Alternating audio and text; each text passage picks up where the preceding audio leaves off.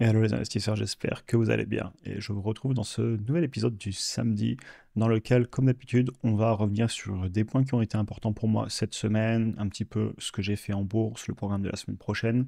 Et donc pour aujourd'hui, on va parler du S&P 500 et du Nasdaq qui sont tous les deux sur des nouveaux plus hauts historiques, alors qu'en avril, on criait à la fin du monde, il y allait avoir un crash énorme. C'était un changement total de paradigme, le commerce international, la mondialisation. Bon, mais on est revenu sur des plus hauts, on avait bien fait de pas vendre et d'acheter. En tout cas, quand je dis on, je parle de ce que j'ai fait sur la chaîne et je sais que vous avez été aussi nombreux à profiter de la baisse. Ensuite, on va parler de la Fed qui est clairement sous pression, même en interne, et on parlera aussi de l'inflation en France. Je vous parlerai, je reviendrai sur IMS et Novo Nordisk parce que j'ai encore reçu beaucoup de messages dessus, notamment sur IMS qui a beaucoup de volatilité. Je vais vous parler d'achats que j'ai fait, notamment une action française. On parlera d'options et aussi on parlera du programme pour la semaine prochaine, des titres qui ont l'air de vous intéresser. Évidemment, comme d'habitude, il s'agit d'un cadre conseil en investissement. Je vous partage ma vision des choses, mais au final, vous prenez vos propres décisions. Alors, en avril, on avait eu une baisse qui a été assez violente et d'ailleurs la hausse a été aussi extrêmement rapide. Ça a été des mouvements qui sont quand même assez rares, hein. Surtout la hausse. La baisse, on a l'habitude que ça baisse fortement rapidement, mais que ça remonte très vite. C'est même remonté encore plus vite, par exemple, qu'en mars 2020. Donc on a pris une baisse de globalement 20%. Par contre, si vous regardez, en 2 mois, on a tout rattrapé et on est revenu sur des nouveaux points hauts. Beaucoup de volatilité en ce moment, comme quoi. Et ce qui m'amuse beaucoup, c'est que à l'époque, c'était les peurs sur les droits de douane, la guerre commerciale. Hier, on a un article sur le président américain qui continue à parler de ça. Il dit que les discussions sur le commerce avec le Canada sont rompues, etc. Le marché, il s'en moque, alors qu'on a énormément de peur là-dessus. Eh bien, il est sur des niveaux plus hauts historiques. Et quelles leçons, parce que les messages du type c'est un changement de paradigme, cette fois c'est différent, jusqu'à maintenant j'avais jamais vendu, mais cette fois je vends. Au final, ça, j'espère que ça n'a pas été le cas pour la grande partie de parmi vous. En tout cas, moi, ça n'a pas été le cas, comme vous le savez, parce qu'aujourd'hui, on est revenu sur les points hauts. Et si on a vendu tout en bas, d'ailleurs, le plus gros de ces messages, c'était la première semaine d'avril, comme par hasard, au plus gros de la peur. Et d'ailleurs, on va en parler juste après avec des graphiques que je vais vous montrer, parce que c'est tout à fait logique, c'est quelque chose qui arrive régulièrement. Mais en tout cas, ça doit être très dur si on a vendu en bas et qu'on a vu toute cette hausse en 2 mois nous repasser devant les yeux et ne plus être dans le marché. J'espère vraiment que c'est pas le cas, et je sais que la majorité d'entre vous dans la communauté ne font pas ça. Au final, le marché a complètement digéré cette information. Entre-temps, on a eu des nouvelles peurs, la géopolitique, on en aura des prochaines, ne vous inquiétez pas. Et encore une leçon de plus. Mais au final, si je vous dis on en aura d'autres, c'est tout à fait logique, tout simplement parce que historiquement, tous les ans, on a des grosses baisses. Si vous regardez en 2020, on a eu le moins 36% en mars. Ensuite, on a eu, par exemple, je sais pas, moins 14 en 2022, etc. Et au final, si vous regardez, chaque année, on a durant l'année des grosses baisses. C'est tous les points rouges. Par contre, sur le long terme, la plupart des années finissent largement à la hausse. Et d'un point de vue émotionnel, ici vous avez les entrées et les sorties sur le S&P 500, sur les ETF et les mutual funds. Donc il va beaucoup s'agir de particuliers.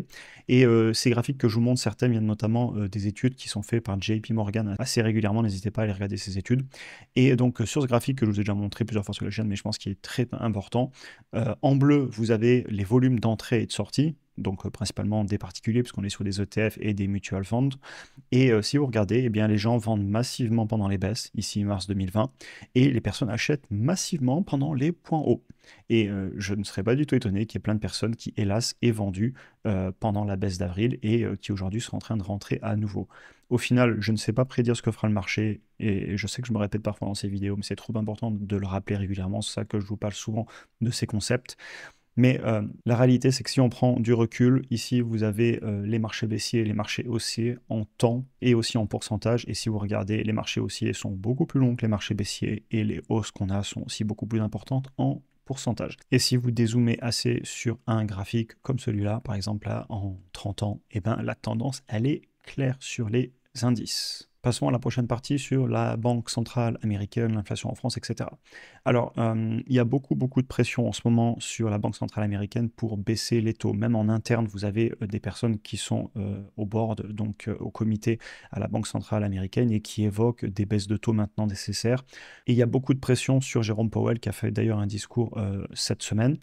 À savoir aussi, ne pas oublier, en mai 2026, Jérôme Powell s'en va, c'est la fin de son mandat et le président américain va mettre une nouvelle personne à la place. Et on se doute qu'il va être une personne qui est plutôt dans l'optique de baisser les taux.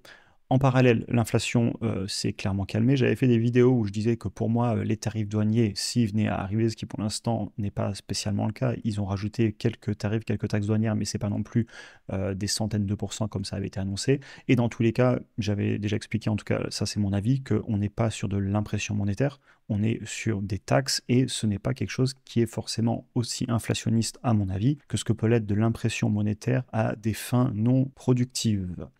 J'en ai souvent parlé sur la chaîne. Bref. Donc, je pense que la tendance, elle est claire sur les taux. Les taux vont s'écrouler et les marchés pensent comme moi. Ici, vous avez, il y a 2 semaines, les prévisions, donc c'est le CME Fed Watch Tool. Ils pensaient que la baisse des taux en septembre, notamment, on était que sur 50% de chance, 51. Et aujourd'hui, ils pensent qu'on est à plus de 74% de chance. Et bravo à la BCE, je l'ai déjà dit plusieurs fois, mais je pense qu'ils ont coupé assez tôt. Vous savez que la BCE a beaucoup baissé les taux. Et je pense qu'ils avaient raison et qu'ils devaient le faire. D'ailleurs, vous avez les chiffres qui sont sortis en France pour l'inflation. En juin, sur un an, on est à moins de 1%. Et là, vous avez le graphique de l'inflation en France sur un an. Regardez, la tendance, elle est très claire. Et je pense que les taux continueront à baisser. Pour moi, il n'y a pas d'alternative entre les dettes des gouvernements, les déficits publics, la Big Beautiful Bill, donc la loi qui est en train d'être discutée au Sénat, l'augmentation du plafond de la dette aux États-Unis, le 10 ans dont le taux réel, il faudrait qu'il baisse parce qu'ils doivent refinancer énormément, les déficits. Et au final, ben, les indices boursiers qui reviennent sur les plus hauts, le S&P 500 et le Nasdaq par exemple, l'or qui est pratiquement sur des plus hauts, le Bitcoin pratiquement sur des plus hauts. Pourquoi? Parce que pour moi, il n'y a pas d'alternative. Et certainement que les marchés pensent pareil. TINA en anglais, there is no alternative. Qu'est-ce qu'on va faire de notre argent? On va le laisser sur les comptes, le laisser se faire détruire parce qu'ils impriment, ils ont des déficits et ils continueront à imprimer, ça c'est ma vision des choses, bah clairement pas.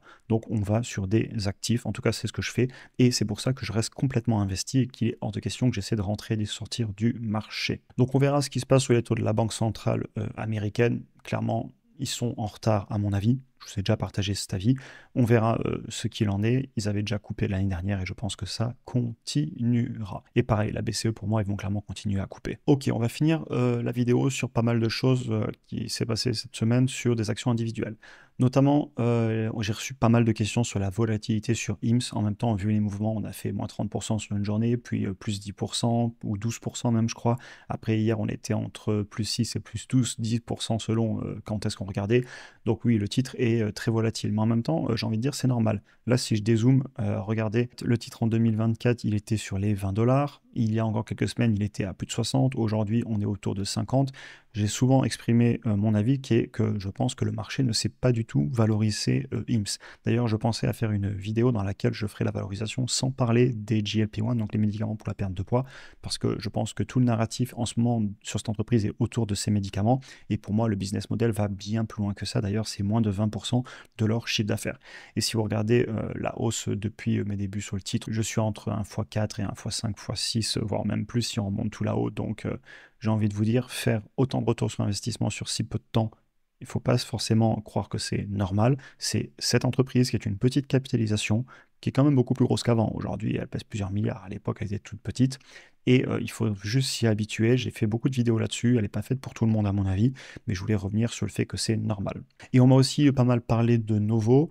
Et Novo, j'avais fait une vidéo très complète entre IMS et justement ce qui s'était passé sur Novo Nordisk et le conflit qu'il y a entre les deux. Et j'ai envie de dire attention, parce qu'en plus vous avez Eli Lilly dans l'histoire qui a des médicaments qui sont très performants aussi, donc c'est un concurrent.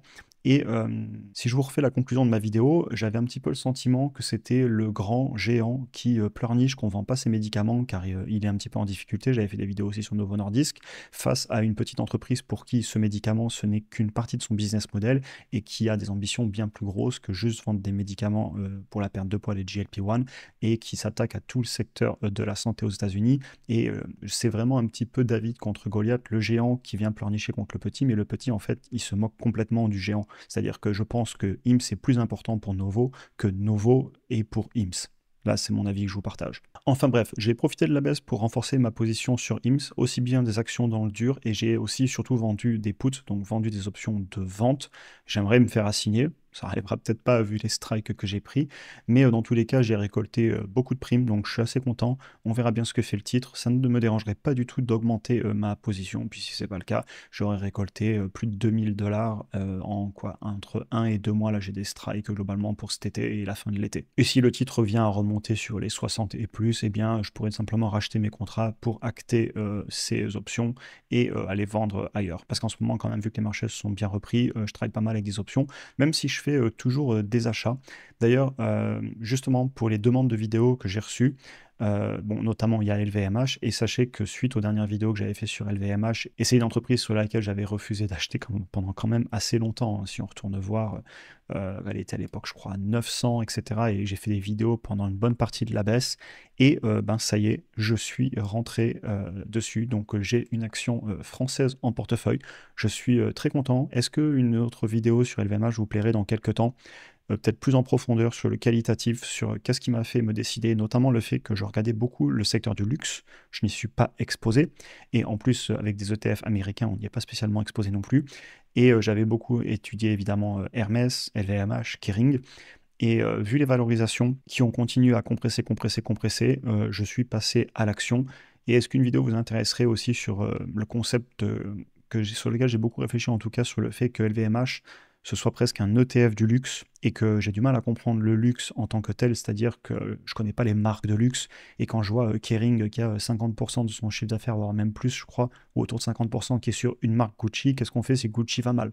Et Hermès, alors j'aime beaucoup, j'ai conscience qu'ils sont beaucoup plus sur du luxe encore plus haut de gamme, mais n'empêche qu'ils n'ont qu'une marque et les valorisations sont aussi élevées. Donc c'est pour ça que vu que je regardais depuis longtemps ce secteur, parce que sur le long terme, c'est un secteur que j'apprécie, le luxe, et ben ça y est, c'est fait. Et je suis rentré dessus autour des 442, je crois, quelque chose comme ça. Enfin bref. D'autres entreprises qui pourraient peut-être vous intéresser. Alors j'ai reçu beaucoup de messages sur Pernod Ricard. Je l'avais traité sur la chaîne il y a quelques mois. Je voyais beaucoup de choses qui n'allaient pas. C'est un business qui me faisait peur. Et j'imagine que la boîte, elle a beaucoup corrigé depuis. Ouais, la dernière fois que je l'avais traité, oui, c'était en début d'année ici. Elle devait être autour des 100 et quelques euros. Elle a encore baissé de peut-être 15 à 20%. Est-ce qu'une autre vidéo dessus vous intéresserait ou pas? À vous de me dire. Visa aussi, entreprise qui a été beaucoup discutée parce qu'il y a eu beaucoup de bruit autour des stablecoins, et ils y travaillent. Stablecoin, c'est une technologie qui vient du monde des cryptoactifs, et justement, ben, Visa en parle parce qu'il faut qu'ils s'y mettent, parce qu'il y a des peurs autour de la disruption sur les business de paiement. Pourquoi pas en parler, dites-moi. Et aussi Eutelsat. Alors Eutelsat, je suis moins fan. En plus, j'ai vu que le gouvernement vient de pas mal rentrer dessus. On en avait parlé il y a quelques semaines, et justement, bah, je voyais plein de problèmes sur ce business, notamment des gros risques de disruption de la part d'autres entreprises. Est-ce que vous voulez qu'on en parle ou pas, même si je connais déjà ma conclusion qui est que je ne rentrerai pas dessus, mais est-ce qu'une vidéo dans laquelle justement je montre ce qui pour moi ne va pas pourrait être utile à votre avis, s'il y a des personnes qui hésiteraient? Donc voilà un petit peu, sachez que je gère le planning un petit peu selon les nouvelles qu'il y a en ce moment, les sujets qui m'inspirent aussi, parce qu'il faut que les vidéos m'intéressent, et typiquement ce genre de vidéo, j'aime beaucoup la faire le samedi, parce que ça récapitule la semaine, ça parle un petit peu de ce qui s'est passé, de ce que je fais en ce moment. Et j'ai aussi beaucoup de travail en arrière-plan. Maintenant que je suis revenu au studio, je travaille sur beaucoup de sujets, je vous en reparlerai bientôt. J'espère que la vidéo vous aura intéressé, je vous souhaite une excellente journée, et à très bientôt pour un prochain épisode.